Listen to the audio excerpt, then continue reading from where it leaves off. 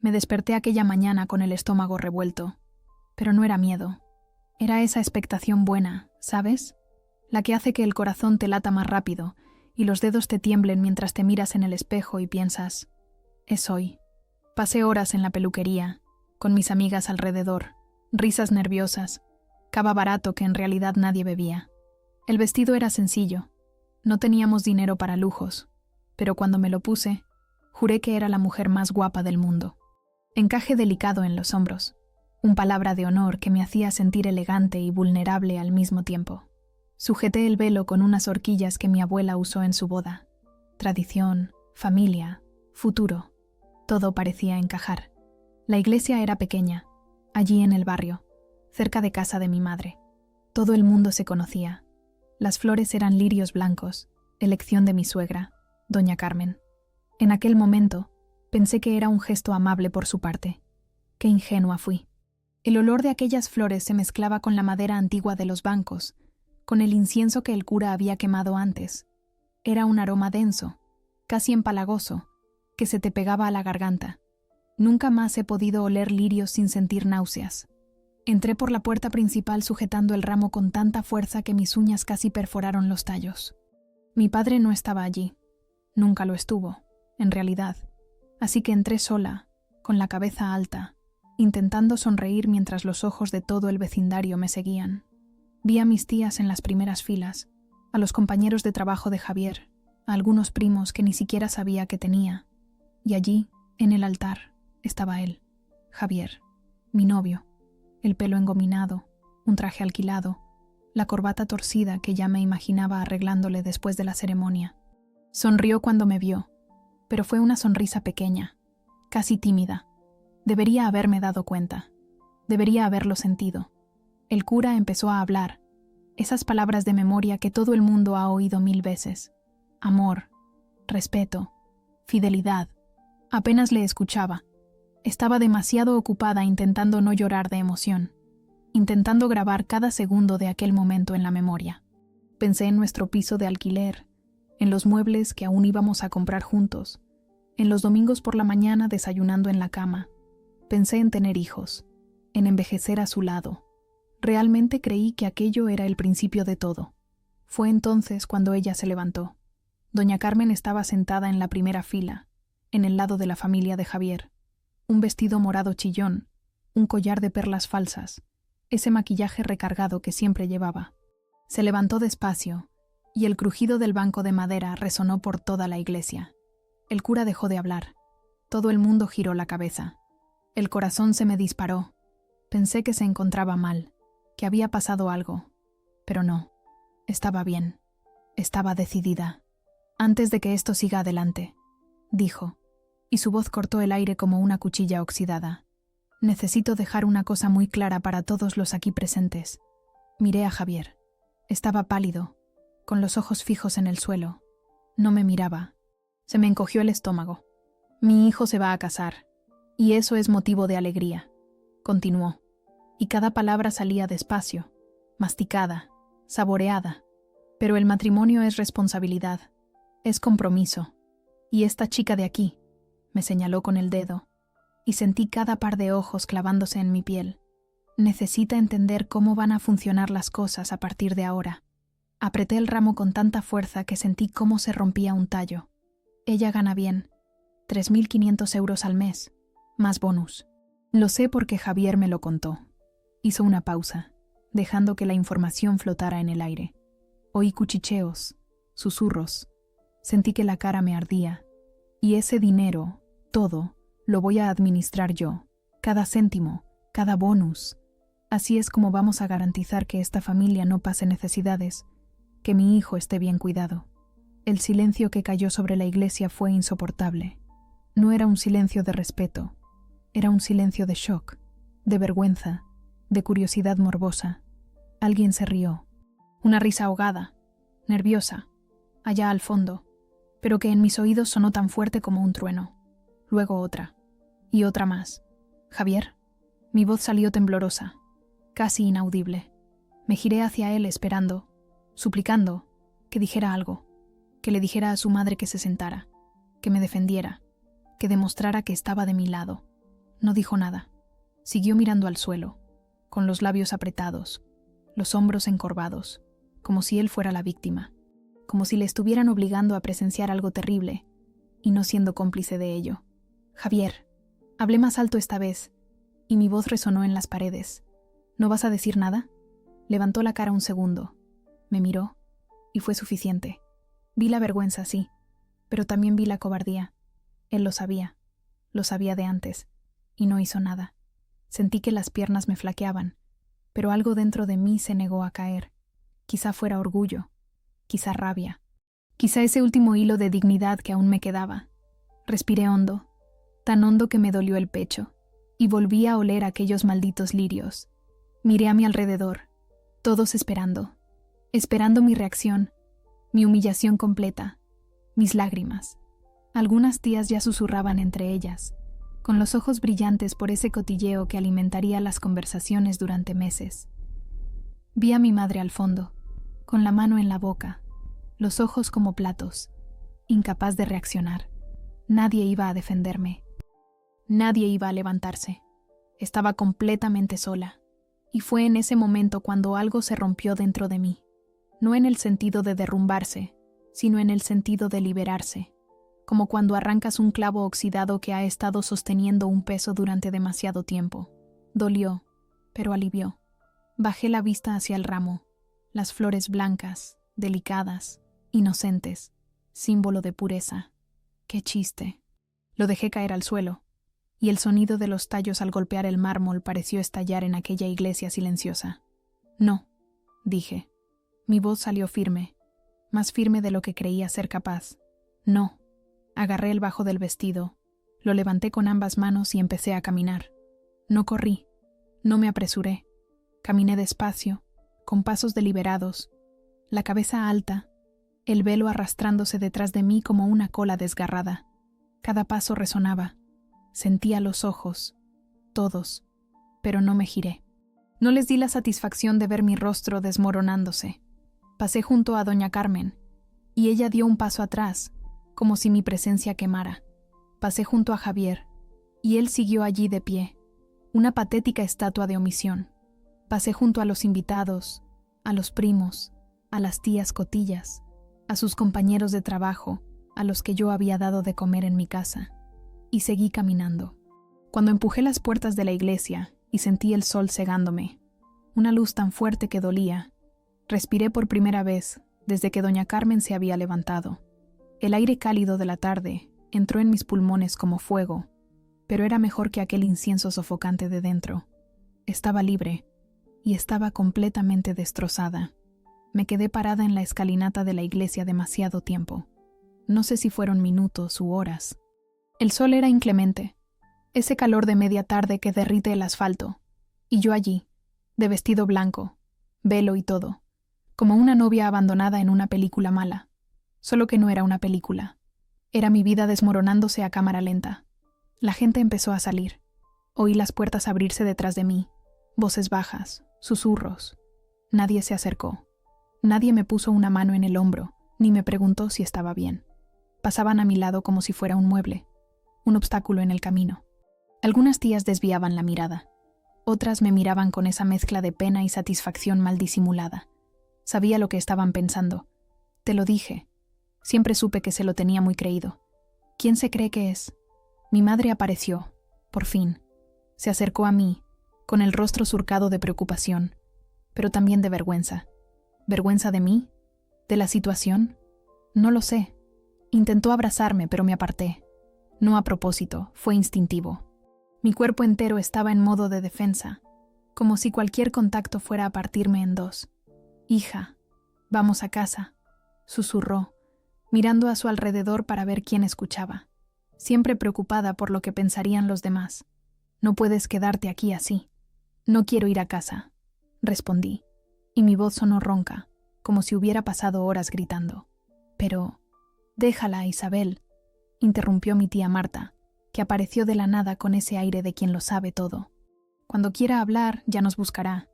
No sirve de nada forzarla». Mi madre se quedó allí, dividida, hasta que finalmente suspiró y se fue con Marta. Oí sus tacones alejándose por el empedrado. El aparcamiento empezó a vaciarse. Coches que se iban, bocinas, portazos.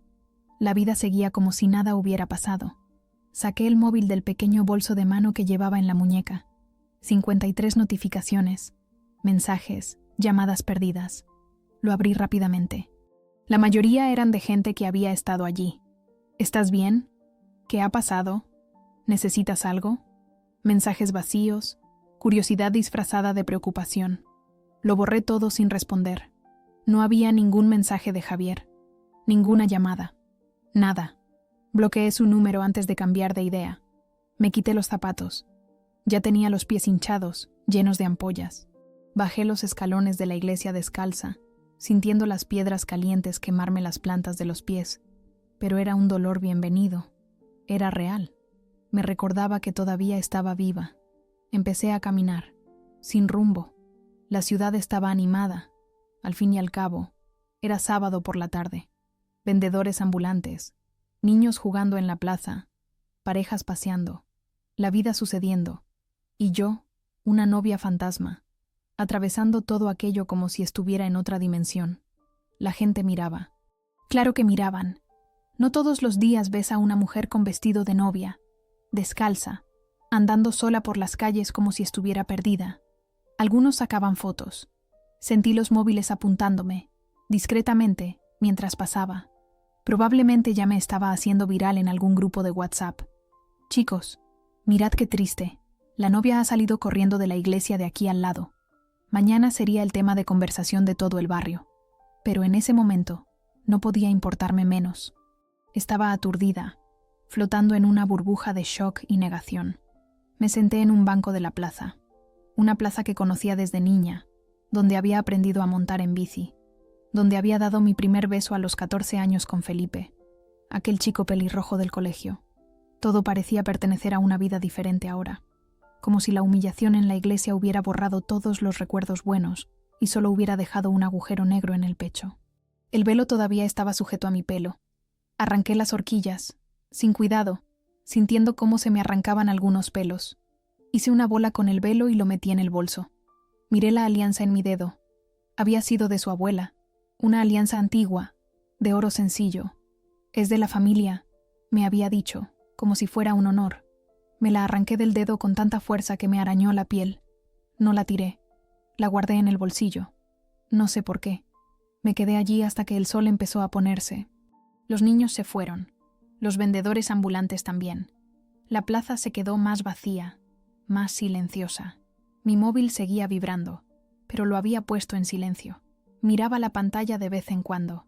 Nada de Javier, nada de doña Carmen, pero mensajes de conocidos, gente que apenas hablaba conmigo, ahora queriendo saber los detalles. Cotilleo, siempre cotilleo. Había un mensaje de Raquel, mi amiga del trabajo. No había ido a la boda, estaba de viaje. He visto una story sobre ti.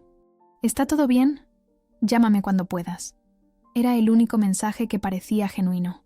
Aún así, no respondí. Cuando empezó a oscurecer, me di cuenta de que tenía que ir a algún sitio. No quería volver al piso que compartía con Javier. Todavía no. Quizá nunca más.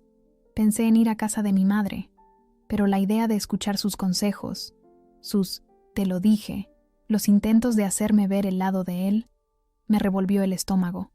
Llamé a un Uber. El conductor se sintió incómodo cuando me vio entrar con el vestido de novia. ¿Una fiesta?, preguntó, intentando romper el silencio. Algo así, respondí, mirando por la ventanilla. No insistió. Le pedí que me dejara en un hotel barato del centro, de esos que aceptan a cualquiera, sin hacer preguntas. La recepcionista me miró con curiosidad, pero no dijo nada. Pagué 3 noches por adelantado, en efectivo. Me dio la llave y subí a la habitación. Era pequeña, lo suficientemente limpia, con una cama de matrimonio y un baño minúsculo. Perfecto. Cerré la puerta con llave y por fin, me derrumbé. Me senté en el suelo, apoyada en la cama, y empecé a llorar. No fue ese llanto bonito de película, fue el llanto feo, de sollozos fuertes, de arrancarte el aire de los pulmones, de sentir que el pecho se te desgarra.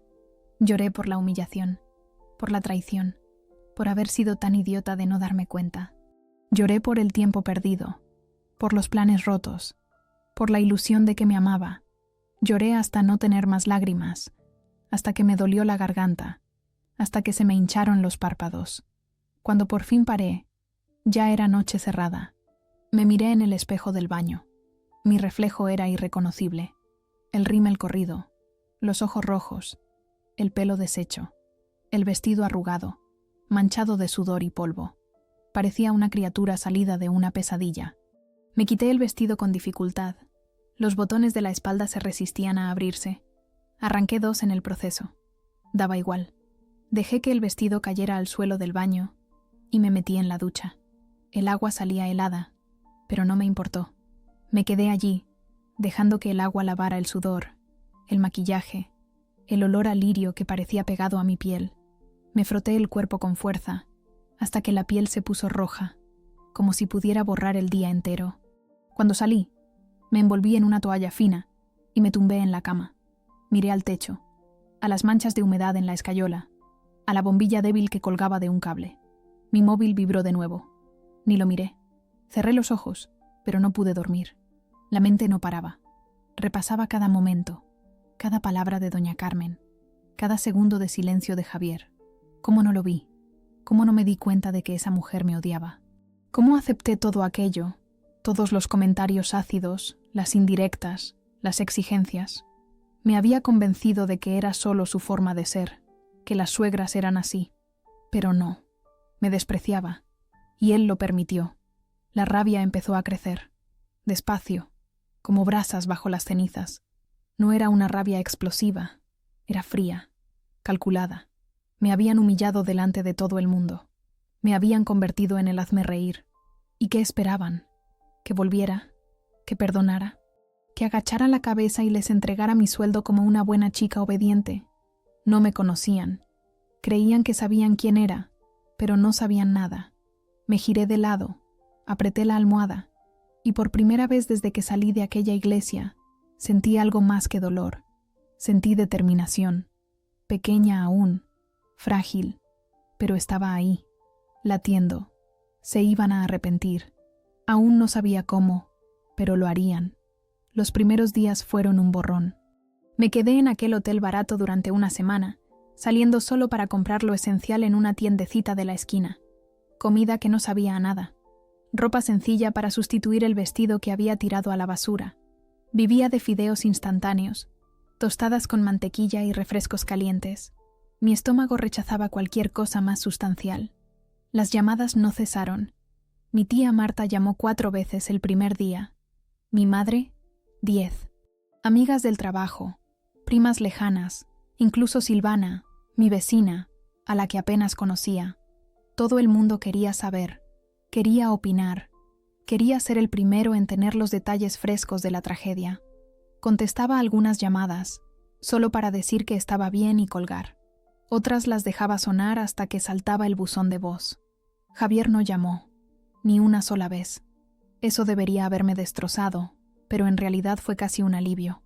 Confirmaba todo lo que necesitaba saber. Era exactamente quien había visto en aquella iglesia. Un cobarde. Un hombre que dejó que su madre me humillara públicamente porque no tenía el valor de contradecirla. Si hubiera llamado, pedido perdón, intentado explicarlo, quizá yo habría dudado. Quizá mi rabia se habría desvanecido y me habría quedado atrapada en ese ciclo de querer entender, de querer perdonar. Pero su silencio fue un regalo. Me dio claridad. Al 4.º día, apareció Raquel. No sé cómo descubrió dónde estaba, pero llamó a la puerta de la habitación con 2 bolsas de comida y una botella de vino. Cuando abrí, no dijo nada, solo me abrazó, y yo me dejé. Fue el primer abrazo de verdad desde aquel día, y casi me desmorono allí mismo.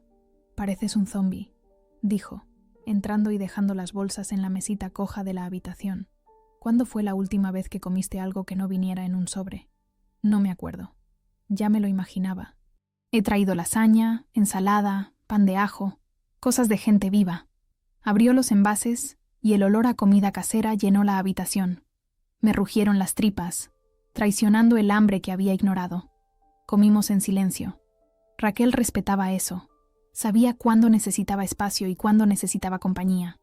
Después de terminar, llenó 2 vasos de plástico con vino y me dio uno. No voy a preguntar si estás bien, porque es obvio que no lo estás. Empezó, tomando un sorbo. Pero voy a preguntar qué vas a hacer ahora. No lo sé. Mentira. Sí que lo sabes. Solo tienes miedo de admitirlo. La miré. Raquel siempre había sido directa, sin rodeos. Era lo que me gustaba de ella. Suspiré.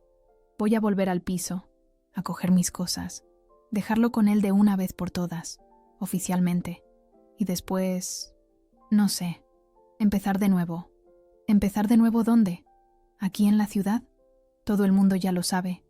Te has convertido en el tema de conversación. Lo sé. Bebí el vino de un trago. Me quemó la garganta. Pero no voy a huir. No les voy a dar la satisfacción de verme correr con el rabo entre las piernas. Raquel sonrió. Esa es mi amiga. Pensé que te habías perdido por ahí. Casi. Pero no lo has hecho. ¿Y sabes por qué? Porque eres más fuerte de lo que te imaginas. Se inclinó hacia adelante. Escucha, sé que ahora te está doliendo muchísimo. Sé que quieres meter la cabeza en un agujero y desaparecer. Pero piénsalo bien. Tienes un trabajo increíble. Ganas más que la mayoría de los hombres que conozco. Eres independiente. ¿Javier? Es un empleado de banca mediocre que vive con su madre. Vivía conmigo. Técnicamente tal vez. Pero, ¿quién pagaba las facturas? ¿Quién compraba la comida? ¿Quién sostenía esa relación? Me quedé en silencio. Tenía razón. Yo pagaba el 70% del alquiler. Yo compraba la comida. Yo me hacía cargo de las facturas de la luz, internet, agua. Javier contribuía con el resto, pero siempre con ese aire de quien te está haciendo un favor. No has perdido nada de valor, continuó Raquel. Te has librado de un peso muerto y de una suegra parásita. Duele ahora, pero dentro de unos meses mirarás atrás y lo agradecerás. No respondí. Todavía no me lo creía, pero guardé sus palabras, como si fueran semillas que podrían brotar más tarde. Raquel durmió conmigo esa noche, compartiendo la cama estrecha. Por primera vez desde la boda, conseguí dormir sin despertarme presa del pánico. Al día siguiente volví al piso. Ella vino conmigo. Cuando abrí la puerta, una parte de mí esperaba encontrar a Javier allí, esperando con alguna explicación ridícula. Pero el piso estaba vacío y desordenado. Latas de cerveza vacías en la mesita de centro, platos sucios en el fregadero, ropa tirada por el suelo, como si hubiera pasado los últimos días en un estado de desolación o de fiesta. No se podía saber. No perdí el tiempo. Cogí todo lo que era mío: ropa, libros, documentos, algunos objetos de valor sentimental. Dejé todo lo que era suyo o que habíamos comprado juntos. No quería recuerdos. Lo metí todo en cajas y Raquel me ayudó a llevarlo a su coche. Cuando terminamos, dejé la llave del piso encima de la mesa del salón. Junto a ella, dejé una nota. Puedes quedártelo todo. Ya no quiero nada de esto. Me fui a vivir temporalmente con Raquel. Tenía un piso pequeño, pero acogedor. Dormí en el sofá durante 3 semanas mientras buscaba un sitio propio, un lugar solo mío, donde nadie tendría poder sobre mí. Las llamadas disminuyeron, pero los cotilleos no. Descubrí, a través de una prima cotilla que no podía estarse callada, que doña Carmen iba diciendo por ahí que yo había abandonado a Javier en el altar, que era una interesada, que lo había utilizado, que nunca había valido para nada. La narrativa se estaba reescribiendo, y yo era la villana. Me enfurecí cuando me enteré, furiosa y, extrañamente, motivada. Podían contar la historia que quisieran, pero la verdad siempre sale a la luz. Y lo más importante, no necesitaba defenderme. Mi vida hablaría por mí. Volví al trabajo el lunes siguiente. Me lavé el pelo, me puse ropa bonita, me maquillé con cuidado. Cuando entré en la oficina, sentí las miradas. Todo el mundo lo sabía, obviamente. El silencio que se hizo cuando pasé por la zona diáfana fue incómodo, pero mantuve la cabeza alta y fui directa a mi mesa. Mi jefe, Roberto, me llamó a su despacho antes de comer. Pensé que iba a ser una conversación sobre entender si estaba bien, pero fue diferente. Mira, no voy a fingir que no sé lo que ha pasado, dijo, directo como siempre. Media oficina ya lo ha comentado, pero no voy a preguntar detalles porque no es asunto mío. Lo que me importa es si estás en condiciones de trabajar. Lo estoy. ¿Segura? Porque si necesitas unos días, No los necesito. Necesito trabajar. Necesito centrarme en algo que no sea aquello. Me estudió por un momento. Luego asintió. De acuerdo. Entonces te quiero en la reunión del nuevo proyecto. Esa expansión por Andalucía que te comenté el mes pasado. Necesito a alguien bueno al frente, y tú eres mi mejor opción. Parpadeé, sorprendida. ¿Yo? Pero Fernando es competente, pero tú eres mejor. Siempre lo has sido. Solo que nunca has tenido la oportunidad de demostrarlo porque siempre te has puesto en segundo plano. No sé si eso tiene que ver con tu ex o contigo misma, pero ha llegado el momento de cambiarlo. ¿Aceptas? Me quedé en silencio. Aquello era un ascenso encubierto. Una oportunidad enorme. Algo con lo que había soñado pero que nunca pensé que conseguiría tan pronto. Y me lo estaban ofreciendo justo ahora, cuando mi vida personal era un desastre. Acepto, respondí, sin dudar. Genial. Reunión mañana, a las 9. Prepárate. Salí de aquel despacho con una extraña sensación en el pecho. No era felicidad, todavía no, pero era algo parecido a la esperanza. Como si una puerta se hubiera abierto justo cuando creía que todas se habían cerrado. Trabajé aquel día con una concentración que no había tenido en meses. Me centré en los números, en los correos, en las hojas de cálculo. Era reconfortante. Los números no mienten. Los números no traicionan. Los números no te humillan delante de todo el mundo. Por la noche, sola en el piso de Raquel mientras ella había salido, me encontré mirando mi reflejo en la ventana, la ciudad ahí fuera, las luces de los edificios, el tráfico lento. Todo continuaba. La vida continuaba. Y yo también iba a continuar. Cogí mi portátil y abrí una hoja de cálculo nueva. En la parte superior escribí objetivos y empecé a hacer una lista. 1. Conseguir un piso propio antes de fin de mes. 2. Liderar el proyecto de Andalucía con excelencia. 3. Pedir un ascenso oficial antes de fin de año. 4. Aumentar mis ahorros en un 30%. 5. Demostrarme a mí misma que no necesito a nadie. Miré la lista. Parecía ambiciosa, parecía aterradora, pero también parecía posible. Guardé el archivo, cerré el portátil, y por primera vez desde la boda, dormí sin llorar. Habían intentado romperme, pero les iba a demostrar que no se rompe quien está hecha de acero. Encontré un piso 3 semanas después. Era pequeño, un dormitorio y un salón en un edificio sin ascensor. Un 5º piso, pero tenía un balcón que daba a la calle, una cocina donde cabía una mesa, y era completamente mío. Firmé el contrato ese mismo día. No tenía casi muebles.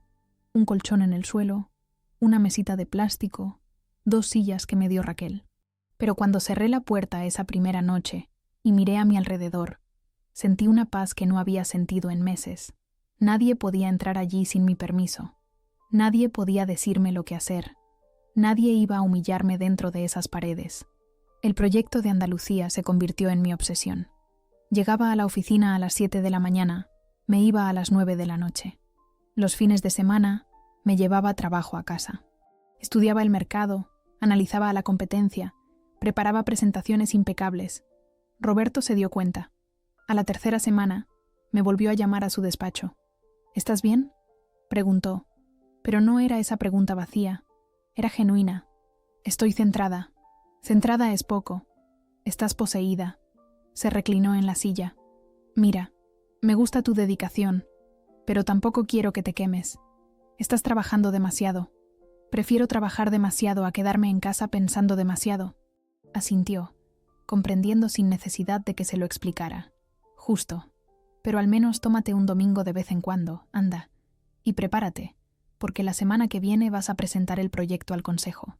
Si lo aprueban, asumes el liderazgo oficial, con todo lo que eso implica. El corazón se me disparó. Todo lo que implica, incluyendo el aumento,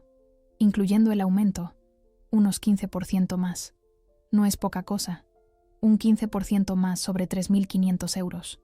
Hice los cálculos mentalmente. Se acercaría a los 4.000 euros al mes. Más bonus. Más de lo que doña Carmen vería jamás en su vida. Sonreí. Fue una sonrisa pequeña pero sincera. No te preocupes. Voy a abordar la presentación. Y la abordé. Pasé todo el fin de semana montando diapositivas, ensayando, anticipando preguntas. El lunes, entré en esa sala de reuniones con el consejo como si fuera una gladiadora entrando en la arena. Presenté los números, las proyecciones, las estrategias. Respondí a todas las preguntas con seguridad.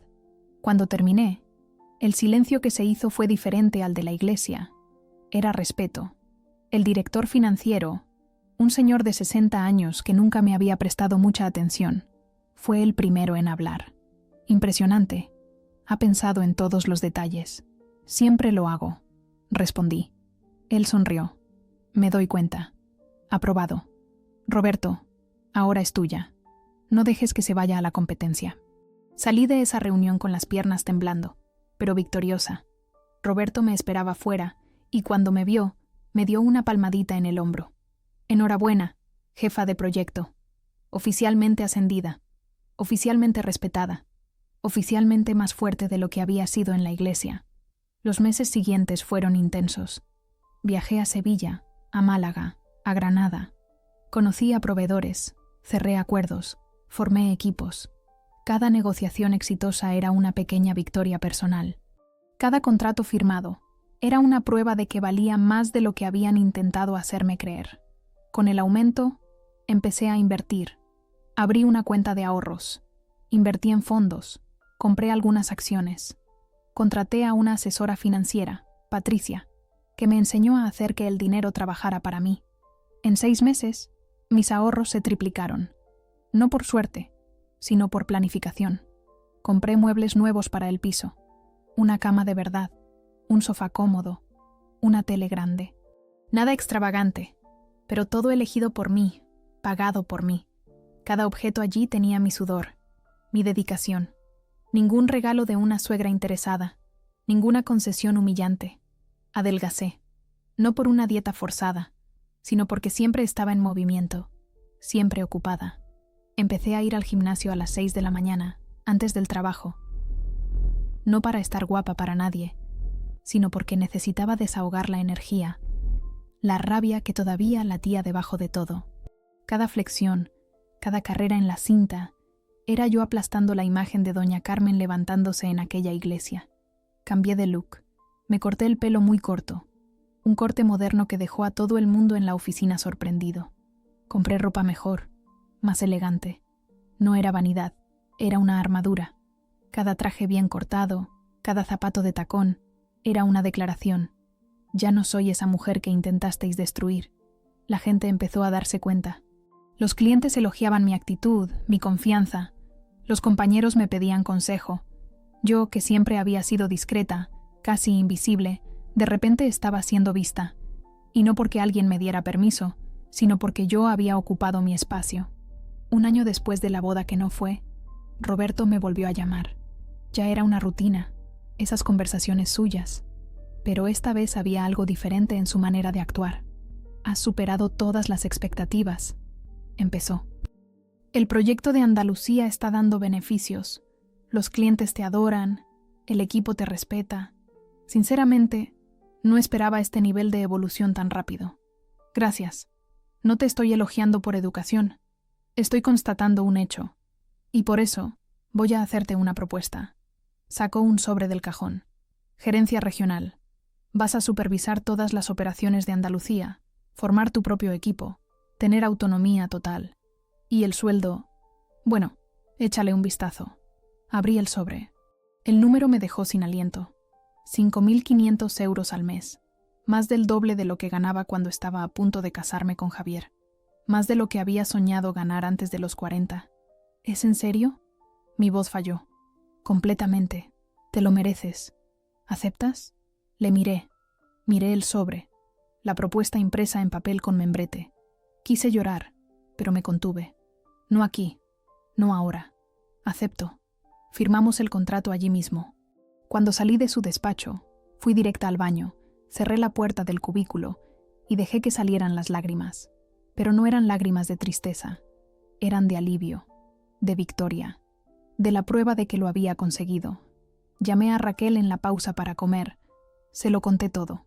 Gritó tan fuerte que tuve que apartar el móvil de la oreja. Lo sabía. Siempre dije que eras demasiado para ese capullo. Estaba eufórica. Tenemos que celebrarlo. Esta noche, cena de lujo. Invito yo. De ninguna manera. Invito yo. Ahora soy rica. Me reí y me di cuenta de que me estaba riendo de verdad, no esa risa forzada. Fuimos a un restaurante caro, de esos que siempre pensé que eran para otro tipo de gente.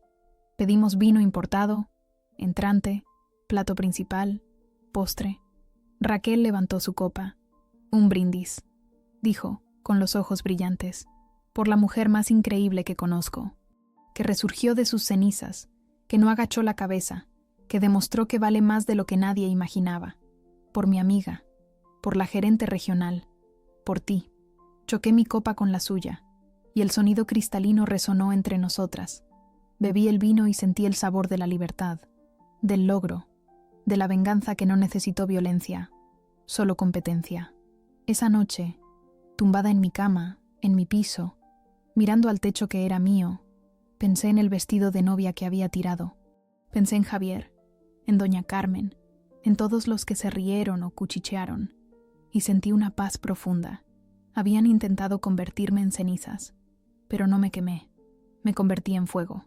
Las noticias viajan rápido en las familias españolas, más rápido aún cuando hay cotilleo de por medio. No tardó mucho en que mi éxito llegara a oídos de quienes más importaba. No fui yo quien lo contó. Nunca lo necesité.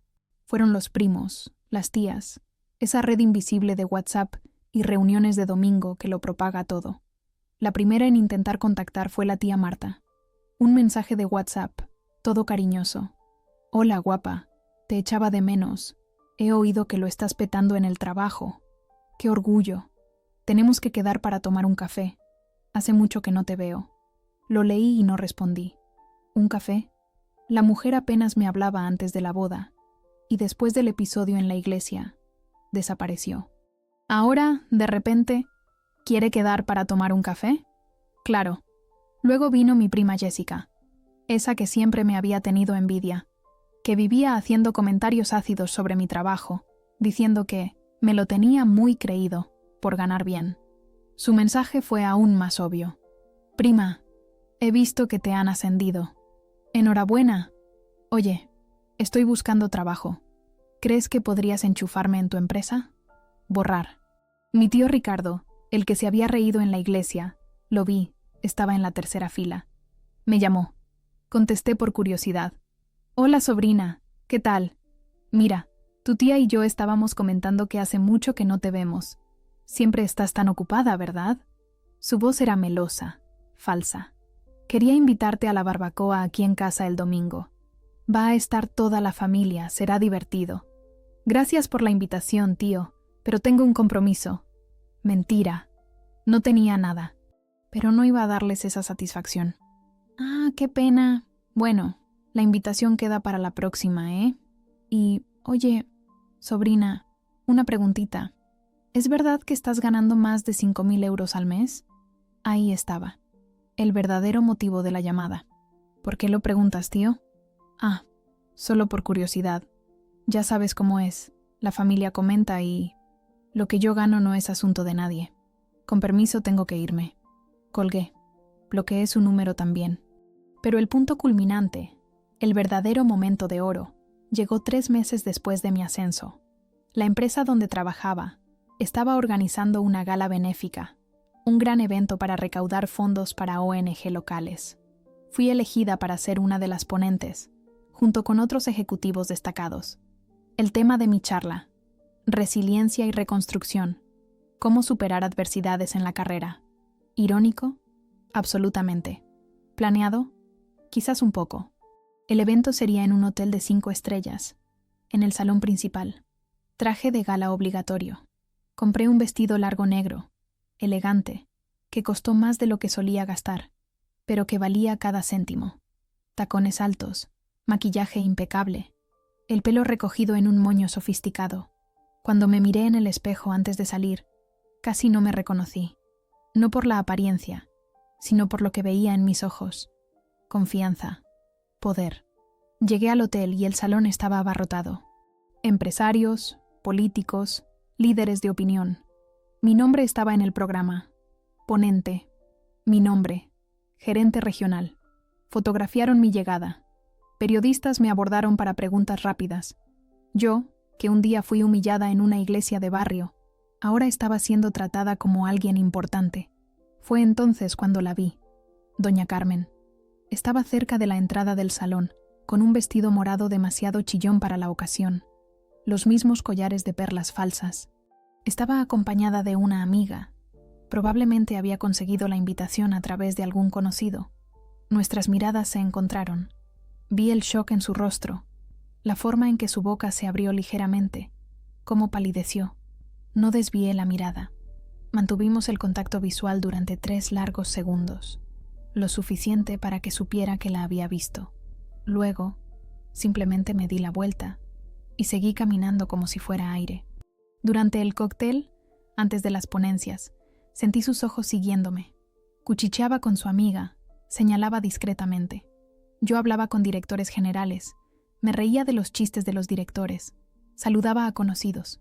Estaba en mi elemento, y ella lo sabía. Cuando llegó mi turno de hablar, subí al escenario con la cabeza alta. Las luces eran fuertes, pero pude ver a doña Carmen sentada allí, en medio del público, con el rostro tenso. Empecé la charla hablando de desafíos, de momentos en los que nos ponen a prueba, de cuando la gente intenta menospreciarnos. No mencioné nombres, no era necesario. Hablé de ser subestimada, de enfrentar la humillación, de transformar el dolor en combustible. Con cada frase, veía cómo se hundía más en su silla. Hay un momento en la vida de toda mujer, dije, haciendo una pausa para dar énfasis, en que alguien intenta robarle su dignidad. Intenta meterla en una caja, definirla por los límites que ellos imaginan para ti. Y en ese momento, tienes 2 opciones: aceptar su versión o demostrarles que estaban completamente equivocados. Aplausos. Muchos aplausos. Yo elegí la segunda opción. Y cada persona que intentó menospreciarme, cada voz que dijo que no era capaz, cada obstáculo que pusieron en mi camino, todo eso se convirtió en un peldaño. No me enterrasteis, plantasteis semillas, y mirad lo que ha crecido. El público se puso en pie. Ovación de pie, flashes de cámaras. Sonreí, di las gracias y bajé del escenario. No miré en dirección a doña Carmen. No lo necesitaba. Ya lo había dicho todo. Después de la ponencia, me rodearon. Tarjetas de visita, elogios, propuestas de colaboración. Un cazatalentos me abordó ofreciéndome un puesto aún mejor en otra empresa. Estaba radiante, no por la atención, sino por la confirmación. Había ganado. Fue entonces cuando se acercó.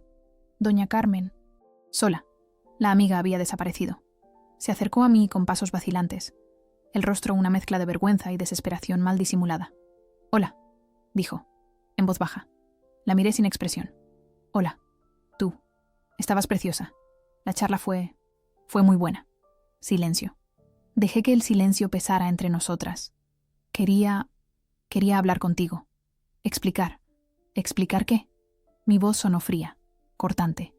¿Explicar por qué creíste que tenías derecho a mi sueldo? ¿Explicar por qué me humillaste delante de todo el mundo? ¿Explicar por qué tu hijo se quedó callado mientras destrozabas el día que se suponía que iba a ser el más feliz de mi vida? Abrió y cerró la boca, sin palabras. A nuestro alrededor, algunas personas miraban con curiosidad, pero mantenían una distancia respetuosa. No he venido aquí a buscar una explicación, doña Carmen. Ya no la necesito. Me hiciste un favor, ¿sabes? Me mostraste exactamente de quién necesitaba deshacerme. Te lo agradezco.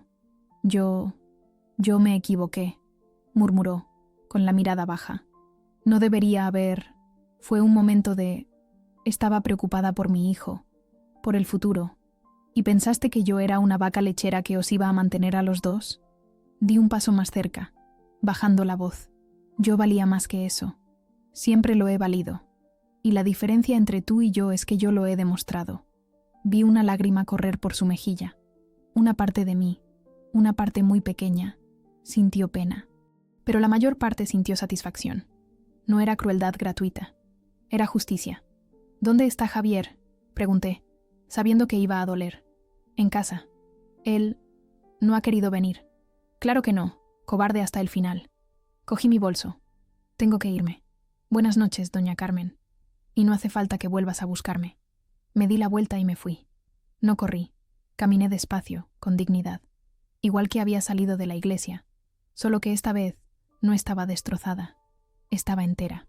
En el coche dejé que salieran las lágrimas, pero eran lágrimas de alivio, de cierre. La venganza con la que había soñado en los días sombríos del hotel barato se había hecho realidad, no a través de gritos, insultos o violencia, a través de mi propio brillo, a través de demostrar, de forma incontestable, que yo era más de lo que ellos jamás imaginaron. Arranqué el coche, puse una canción que me gustaba y conduje a casa, mi vida, mi victoria, y sonreí durante todo el camino. 5 años. ¿Ha pasado tanto tiempo desde aquel día en la iglesia? A veces parece toda una vida, otras parece que fue ayer, pero lo curioso es que ya no duele, al menos no de la misma manera. Es como una vieja cicatriz que olvidas que tienes hasta que te rozas con ella por casualidad.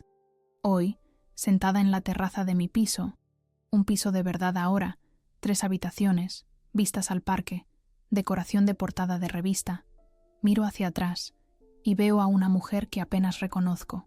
Aquella novia de vestido blanco, temblando de miedo y esperanza, parece un personaje de una película que vi hace mucho tiempo. Ya no soy ella. De hecho, no sé si alguna vez lo fui. Mi carrera despegó de una manera que ni en mis sueños más ambiciosos había imaginado. Después de la gerencia regional, vino la dirección. Hace 2 años, recibí una oferta para ser vicepresidenta de operaciones en una multinacional. Hoy, coordino equipos en 3 países.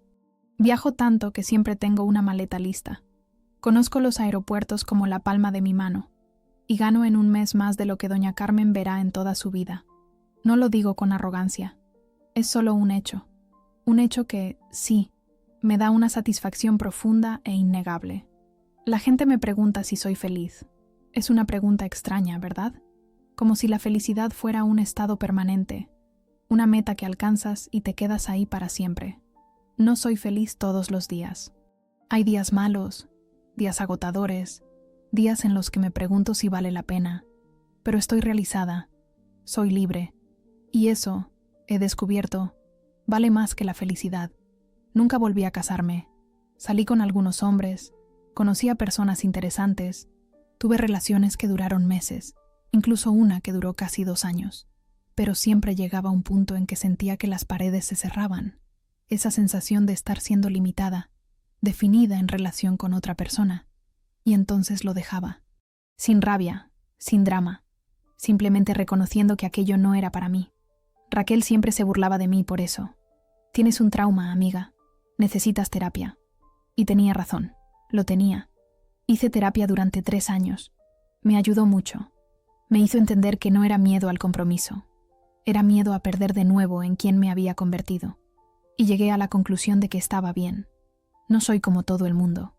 No necesito seguir el guión que la sociedad ha escrito. A mi madre le costó aceptarlo. Aún hoy, cada vez que nos vemos, lo que no es frecuente, me lanza esa mirada esperanzada y pregunta si estoy saliendo con alguien especial. Cuando respondo que no, veo la decepción, seguida de la resignación. Ella quería nietos, quería verme establecida, en el sentido tradicional, pero acabó aprendiendo que yo ya estaba establecida, solo que no de la manera que ella había imaginado. ¿Javier? Sé de él por encima, por los mismos canales de cotilleo que antes me hacían daño. Supe que intentó buscarme un par de veces en los primeros años, pero nunca le di la oportunidad. Se volvió a casar, hace unos 3 años, una chica más joven, de un pueblo. Por lo que he oído, todavía vive con su madre. Todavía trabaja en el mismo banco. Sigue siendo la misma persona pequeña que siempre fue. No siento rabia por él. Quizás debería, pero no la siento. ¿Siento lástima? No, ni siquiera eso. Siento indiferencia. Es irrelevante en mi historia. Fue un capítulo necesario, pero que ya terminó. Doña Carmen murió el año pasado. Un infarto, fulminante. Me enteré porque una prima lejana me mandó un mensaje. No fui al velatorio. No fingí una tristeza que no sentía. No fingí nada. Cuando leí la noticia, me quedé en silencio un rato, procesándolo. y entonces sentí una especie de cierre, como si el último nudo suelto se hubiera desatado. No celebré su muerte. No soy un monstruo. Pero tampoco fingí luto. Fue una mala persona para mí, y yo seguí adelante. Ahora ella ya no estaba aquí, y yo todavía sí. Y eso era todo. Hay noches, como la de hoy, en las que miro la vida que he construido y me sorprendo sonriendo sola. Mi piso, mis muebles, mis cuadros en la pared. Cada cosa aquí tiene una historia. ¿Ese sofá de cuero italiano? Lo compré después de cerrar el contrato más grande de mi carrera. ¿La estantería que ocupa una pared entera? La he ido montando poco a poco, cada libro un logro, un aprendizaje, las vistas desde esta terraza. Me he ganado cada céntimo que me permite estar aquí. He construido una vida sola, y no en el sentido triste que la gente suele dar a esa frase. Sola de forma intencionada, consciente, poderosa. No necesito a nadie para validar mis decisiones. No necesito un marido para sentirme completa. No necesito una familia tóxica para tener un sentido de pertenencia. He creado mi propio círculo. Raquel, que sigue siendo mi mejor amiga y mi mayor apoyo. Compañeros de trabajo que se convirtieron en amigos de verdad. Un grupo de mujeres ejecutivas que se reúne una vez al mes para cenar y desahogarse sobre los desafíos de navegar en un mundo corporativo. Esas son mis personas, mi familia elegida. He invertido en mí de todas las formas posibles. Hice cursos, aprendí inglés fluido, español conversacional, viajé sola a lugares que siempre quise conocer. París, Tokio, Nueva York. En cada ciudad me sentí más entera, más yo. No era la exnovia humillada. No era la chica que todo el mundo pensaba que acabaría solterona y amargada. Era simplemente yo. Plena. Suficiente. Guardo una foto en un cajón. Es del día de la boda. Alguien la sacó cuando estaba saliendo de la iglesia, de espaldas, con el velo arrastrando. Es una foto triste, objetivamente, pero cuando la miro, no siento tristeza. Siento orgullo. Orgullo de esa mujer que tuvo el valor de salir de allí, que no aceptó la humillación en silencio, que eligió la dignidad en lugar de la conveniencia. Si pudiera volver atrás en el tiempo y avisar a esa novia de vestido blanco sobre lo que iba a pasar, sobre el dolor que venía, sobre los meses difíciles, ¿la avisaría? No lo sé, porque el dolor me moldeó, la humillación me fortaleció, la traición me liberó. No le deseo el mal a nadie, ni a Javier, ni a la memoria de doña Carmen, ni a los familiares Cotillas. No porque sea una santa, sino porque ya no lo necesito. Mi vida habla por mí. Mi éxito es mi respuesta. Mi felicidad, esa felicidad imperfecta, complicada, pero real, es mi venganza final. Intentaron enterrarme. No sabían que era una semilla. Hoy, cuando me miro al espejo, ya no veo a la mujer rota que se escondió en aquel hotel barato. Veo a alguien que sobrevivió, prosperó, trascendió. Veo cicatrices, sí, pero cicatrices que brillan como medallas de guerra. Y al final, esa boda que no fue el mejor regalo que la vida pudo darme, porque me obligó a convertirme en quien realmente era, no en la esposa de alguien, no en la nuera obediente, no en la víctima permanente. Yo, solo yo, entera, fuerte, libre. El vestido blanco se convirtió en polvo hace mucho tiempo, pero yo me convertí en fuego, y el fuego no se apaga, el fuego transforma. Me levanto de la silla de la terraza, estiro los brazos, miro el cielo estrellado. Mañana tengo una reunión temprano, luego una comida con inversores, después un vuelo a Madrid. La vida no para, y yo tampoco. Entro en el piso, cierro la puerta de la terraza, apago las luces. Antes de ir a la habitación, me detengo frente al cuadro que encargué hace 2 años. Es una pintura abstracta, con tonos anaranjados, rojos y dorados. Llamas que suben, que se transforman, que crean belleza en el caos. Debajo del cuadro, en una pequeña placa, está escrito: de las cenizas, un fénix. Sonrío, toco ligeramente el marco, y me voy a dormir. Mañana será otro día, y yo, como siempre, estaré lista.